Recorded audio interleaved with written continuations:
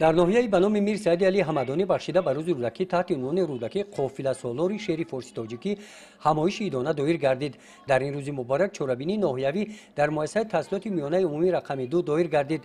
در این همایش ادیبان، آموزگاران، کارمندان کسب و کار گوناگون، نوسان و جوانان اشتراکچیان دوره ناحیوی آزمون فروغ حساب دانایی کتاب از شرکت ورزیدند. سرآغاز محفل با شناسایی از ایجادیات ابا عبدالله رودکی زندگی نامه آدم و شوهر را معلومات ها مفصل پیشنهاد کرده شد.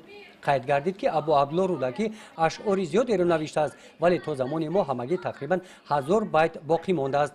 چورابینی از روزگار و فعالیت ایجادی سردفتر ادبیات عالمگیر تاجیک و فارس ابا عبدالله رودکی از بخش‌های جالب عبارت بودند. اطلاع داده شد که تاریخ 1100 ساله ادبیات تاجیک با نام بنیادگذار آن استاد رودکی سخت وابسته است.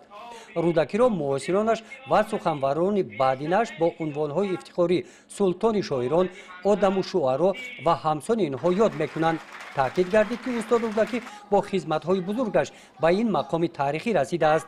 رودکی در تاریخ خلق تاجیک اولین سخنوری است که تجربه ها و موفقیت های گذشته خود را در ساحه ادبیات تاجیک جنبش کرده است.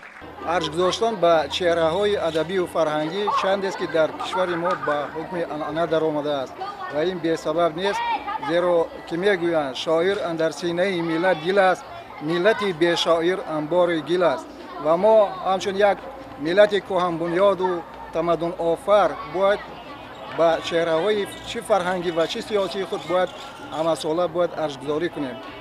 امسال طبق نقشه کاری شعبه معارف در تمام مؤسسه‌های تعلیمی ناحیه به افتخار روز رودکی چورابینی‌های فرهنگی و ادبی گذرانده شدند و امسال چنانه که شاهد هستید در مؤسسه تعلیمی رقم 2 با سهمگیری آموزگاران و خوانندگان مؤسسه تعلیمی رقم 1 و با همکاری در شعبه فرهنگ ناحیه‌مون یک برنامه فرهنگی تحت عنوان رودکی قافله سالار نظم فارس تاجیک یک چورابینی خیلی خاطرمون به سامان رسوندند. مقام و اهمیت رودکی در تاریخ ادبیات ما کلان است.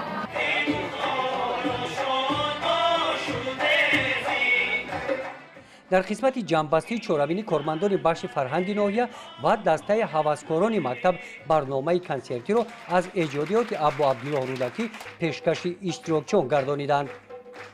گزارش خواجه نظریف خدای نظر ظهورов از ناحیه به نام میر سعید علی حمدانی برای برنامه اطلاعاتی نوید